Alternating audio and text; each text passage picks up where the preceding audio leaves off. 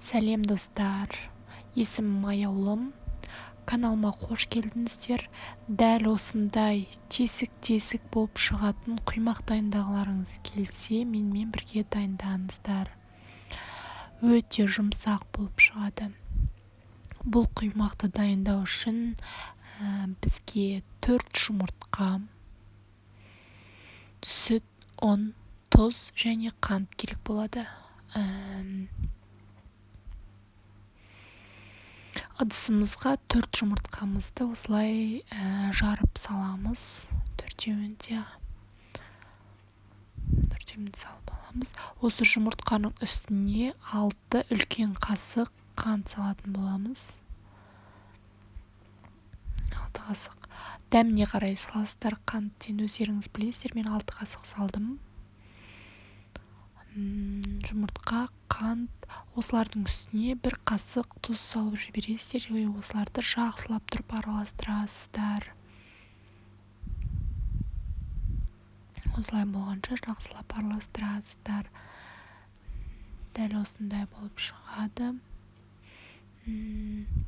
Осылардың үстіне 1 стакан сүтімізді құямыз. Сүт жылы болуы керек. Осылай бөліп құясыздар жылы сүтімізді.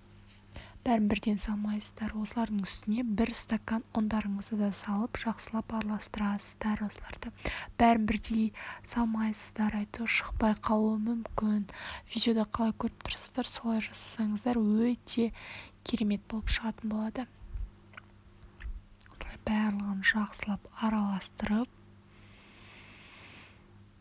ішіндегілердің барлығы ерігенше жақсылап араластырасыздар.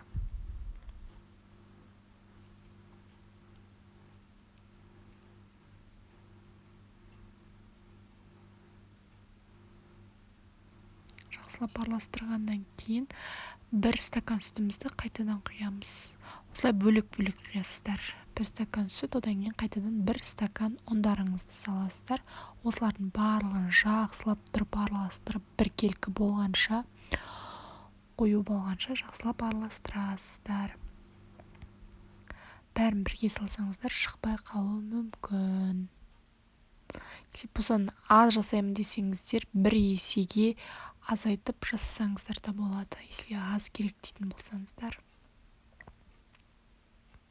Осындай қою болып шығады. Осылай болғаннан кейін жылы, ыстық қайнаған 1 стакан су қосасыздар.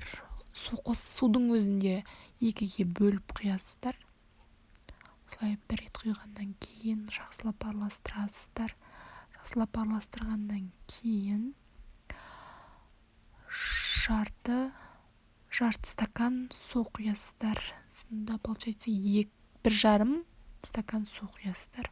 Бәрін құйып болғаннан кейін 6 үлкен қасық сұйық май құйып жақсылап араластырасыздар. Май құйғаннан кейін жақсылап араластырасыздар. Осы уақыттарға табаларыңызды қыздырып қойсаңыздар болады. Жақсылап қыздырып аласыздар.